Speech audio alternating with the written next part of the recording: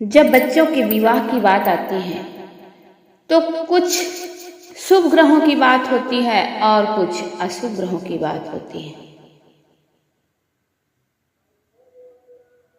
बच्चों के विवाह में शुभ ग्रह जो होते हैं उसमें सबसे पहला नाम गुरु ग्रह का है, जो कि भगवान विष्णु के स्वरूप है। और भगवान विष्णु के स्वरूप गुरु जो होते हैं वो बच्चों के विवाह के उपयुक्त प्रभाव डालते हैं, मगर विवाह में देरी करवाने और विभिन्न बाधाएं डालने वाले ग्रह की हम बात करें तो सबसे पहले आते हैं शनिदेव, राहु और केतु। ये ग्रह आपके बच्चों के विवाह में लगातार देरी करवाते हैं, कैंसिल करवा देते हैं। इनको पॉजिटिव करने के लिए आपके पास बहुत सारे उपाय होते हैं जो आप लगातार करते हैं तो बच्चों के विवाह योग बन जाते हैं। आज हम आपको एक ऐसे देव की पूजा और उपाय के बारे में बात करेंगे, बताएंगे, जिनके उपाय को करने से सारे जो ग्रह आपके बच्चे के विवाह के विपरीत हैं वे अनुकूल हो जाएंगे और विवाह में उत्पन्न हो रही सारी बाधा दूर हो जाएगी। आपका हमारे चैनल पर बहुत बहुत स्वागत है और इस वीडियो में दी गई जानकारी यदि आपको पसंद आती है तो प्लीज़ वीडियो को लाइक ज़रूर कीजिएगा और चैनल को सब्सक्राइब कर दीजिएगा। यदि आपके बच्चों के रिश्ते आने बंद हो गए हैं या फिर रिश्ता कैंसिल हो जा रहा है, बार बार आपके बच्चों के विवाह में बाधा उत्पन्न हो रही है, तो आज आपको एक ऐसा अचूक उपाय बताते हैं जिसे आप किसी भी मंगलवार को कर दीजिए। इस उपाय को करने से आपके बच्चों के विवाह में आ रही बाधाएं दूर हो जाएंगी। इस उपाय को सिर्फ एक ही मंगलवार करना है और इस उपाय को माता पिता भी कर सकते हैं और बच्चे स्वयं भी कर सकते हैं। करना यह है कि मंगलवार को चाहे सुबह या फिर शाम, लेकिन जब भी करें स्नान करके पवित्र जरूर हो ले। इस उपाय को करने में पवित्रता और शुद्धता बहुत जरूरी है। इस उपाय को करने के लिए आपको 2 मिट्टी के दिए लेने हैं। आप पुराना दीपक भी धुलकर ले सकते हैं या फिर नया दीपक ले सकते हैं। बस ध्यान ये रहे कि दीपक मिट्टी का ही हो, किसी धातु का दीपक नहीं लेना है। यह उपाय मिट्टी के बर्तन से जुड़ा हुआ है, इसलिए मिट्टी का दीपक सजेस्ट किया गया है। आटे का दीपक भी नहीं होना चाहिए। आपको एक ये दीपक लेना है, मौली का धागा लेना है। जितना धागा आप अपने हाथ में बांधते हैं उतना ही धागा लेना है और आपको थोड़ा सा शहद लेना है। इन 3 चीजों की आवश्यकता इस उपाय को करने में है। शहद जो है वो एकदम शुद्ध होनी चाहिए।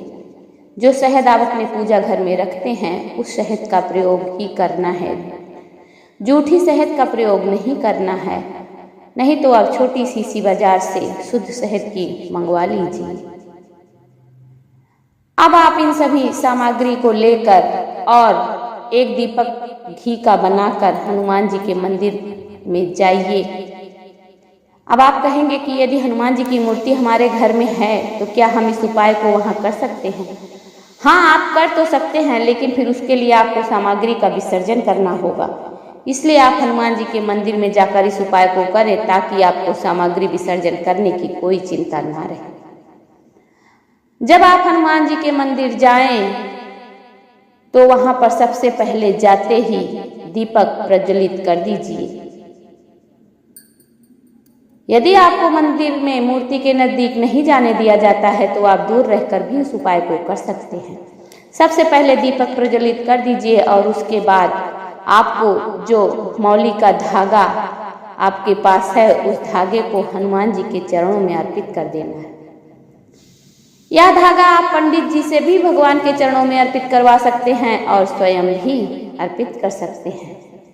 अब जो शहद आपके पास है उस शहद को मिट्टी के दीपक में पूरा भर दीजिए और हाथ में लेकर अपनी मनोकामना हनुमान जी के सामने बोलिए। इससे बच्चों के विवाह में जो बाधाएं राहु शनि केतु आदि हैं सब दूर हो जाएंगी।